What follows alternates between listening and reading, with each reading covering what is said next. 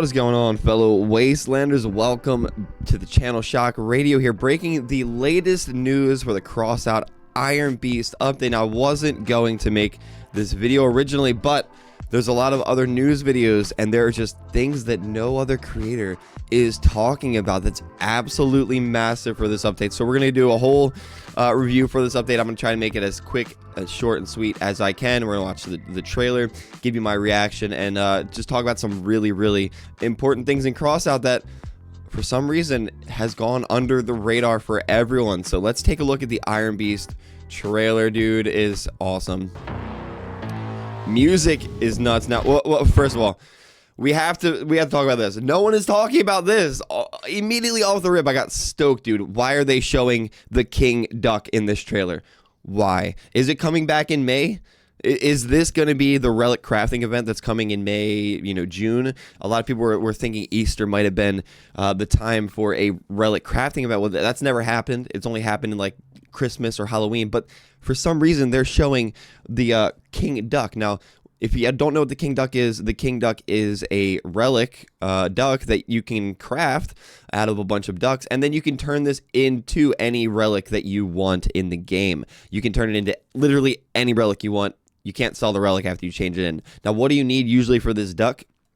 You need the Ninja Duck, the Spring Duck, the Beach Duck, the Hail Duck, and 1,500 crackers. I don't believe there's any kind of cracker event coming around soon, but my theory is they're going to bring this duck back at the end of the year.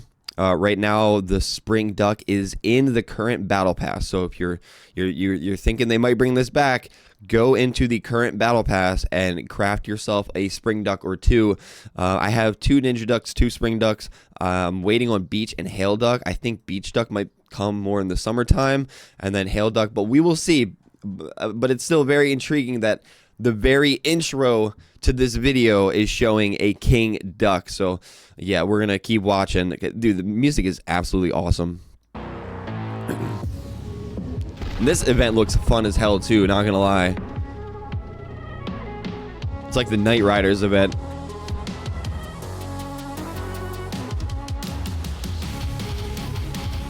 Dude, the music is awesome. That mode looks really fun, not gonna lie, dude. The night event, the Night Rider tournament, whatever it is. Dude, they all on point with the music. On point with the music. And the Ice and Fire Brawl, really good brawl. You're gonna have plastic as a reward. Very nice. Big black scorpions. A chance to get your profile banner for that brawl. Steel Troopers raid. This is a pretty big raid. Now, I believe that raid had the passive melee weapon, a new melee weapon. So there's the brawl schedule right there. So that's pretty huge, guys. There is a new weapon in one of these brawls we'll go over. A lot of plastic being handed out in these brawls. Now, the timing of this new pack. Let me show you guys the timing. The timing for this new pack couldn't have been better, guys. It is May. We're going into May. There is going to be a new season of Battles for Uranium. Something else that other creators just really didn't mention is in May, there is going to be a Battle for Uranium mode without armored aircraft. But guess what it is going to have? It's going to have walker legs, which makes sense why they would release a brand new pack with a brand new meta leg. Pack only right before, what, a week or two before, probably 2 weeks before Battle for Uranium starts. And these legs are awesome. I got a chance to try them out in the test drive, and I mean, they're really awesome. They're thick. They have a perk that makes them go really fast.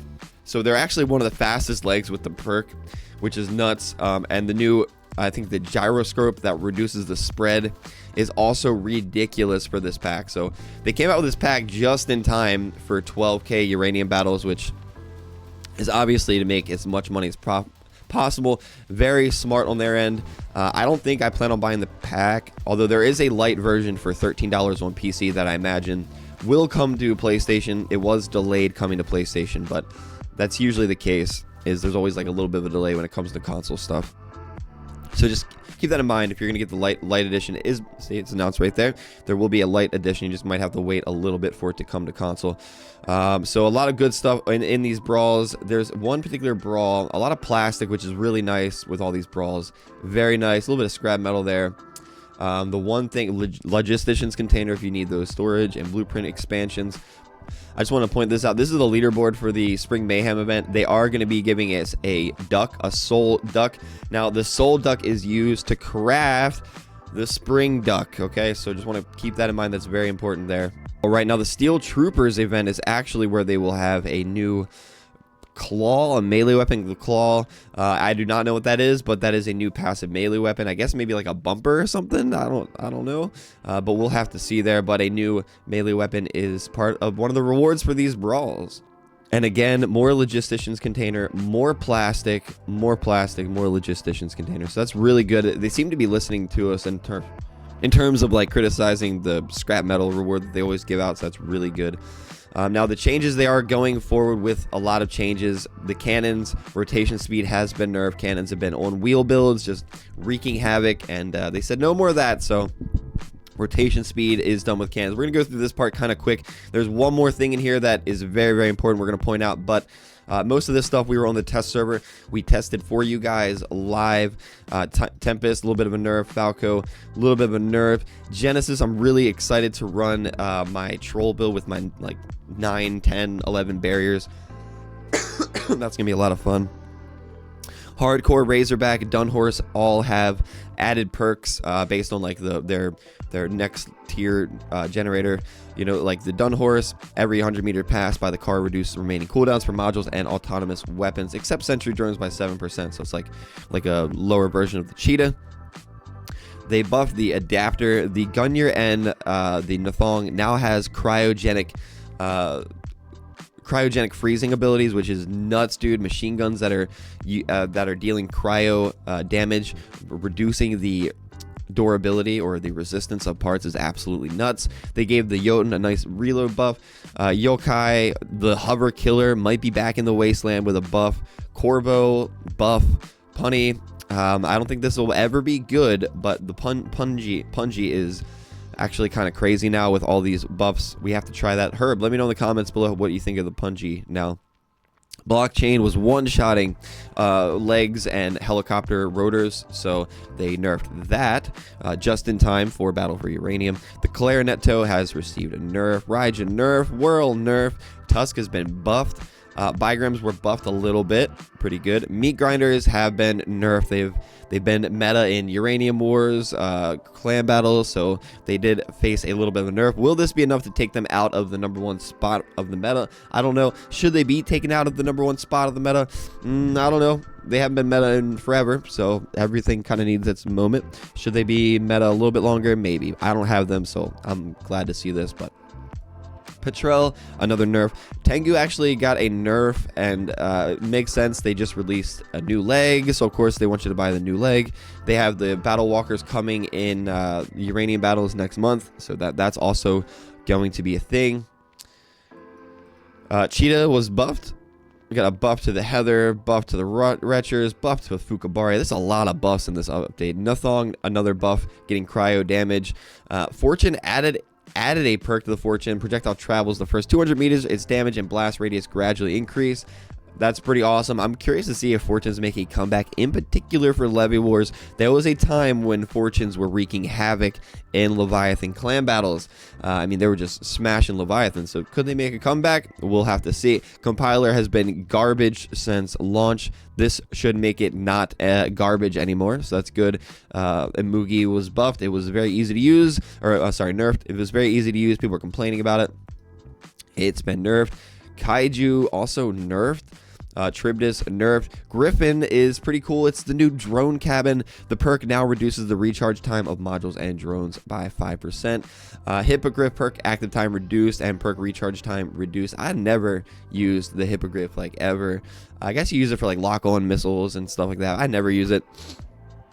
So a nerf there. Whaler also nerfed this. The Whaler took the category of like heavy cabins. Once they nerfed all the heavy cabins, the Whaler became the new brick. So they're reducing the speed and the active time of the perk. Satori, a new cabin in the battle pass. Crazy, a lot of damage. People were drifting everywhere. Now they kind of nerfed the perk a little bit. Perk bonus is now gained after 3.5 seconds of continuous drifting instead of 3, and resets in 1.5 seconds after exiting the drift instead of 2.5 seconds. The main frame nerfed, but not really a nerf. This is a fix. The cabin's perk no longer charges up from damage dealt by the cabin's owner. So we showed this last week on stream. We put a rift on the main frame and then busted off all our armor, and our perk was fully charged. So basically you could fully charge your mainframe perk by using the rift module and just getting rid of your own armor. Yeah, it was kind of broken, so they fixed it. Not really a nerf, more of a fix. The fin whale perk no longer affects spread stability. Fin whale is the end all be all of engines, so we'll see if this allows any other engine to shine. Pilgrim, Photon, and Nova cabin all getting mass buffs, tonnage buffs, and the acceleration buff. Very good. These are all energy cabins that are underwhelming in the wasteland right now, so they are good. I need to test this out. I haven't tested this. Increased all the projectiles radius for shotguns, so we need to try this, except for Orthron. A good buff for shotguns. Shotguns are really bad right now, so we'll see if this helps them. Another buff to protective fields. Vulnerability to blast damage reduced 100 to 50%. So before cyclones, the retchers would just annihilate any kind of protective field and CROSSOUT. Well, that's not the case anymore. Waltz and Helicon added additional weld points. Now here is something huge, guys. They are ending cheating in clan battle. So this is something I've been complaining about for so long. Now I don't know why no one else is talking about this, but yeah, there's no more Q dodging allowed. If you are one of those people that Q dodge in clan battles or battles for uranium, no more. I've made videos about this. I've directly messaged the community managers. I don't think this was because of me that this got implemented. That'd be really cool if they were like, wow, shock radio, thanks, but I don't think so. So now players who are not your friends do not see your in battle and in queue statuses. For them, these statuses are replaced with in game. So if you watched my previous video, or if you're a competitive player, you know if you don't want to fight a certain clan that beats you every single time in clan battles, all you have to do is subscribe to their blueprints on the exhibition, and then you're able to see them queued up, not queued up, in-game, not in-game. Doesn't matter if they have you blocked. Doesn't matter if you're friends with them. It doesn't matter. They're in there, and you can see. You can basically time your battles. You can avoid fighting them, or if you want to queue snipe them, you can snipe them.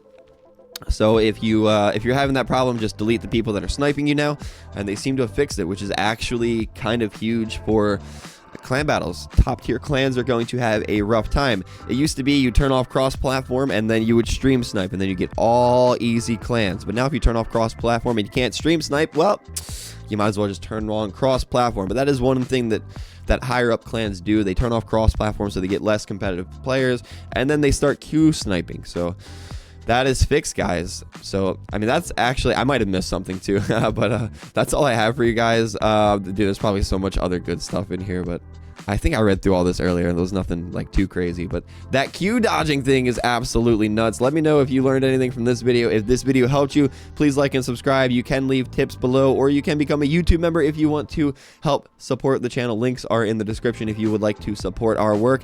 We'll be live later today for War Robots and CROSSOUT. Thank you guys so much for watching, and I'll see you in the next video.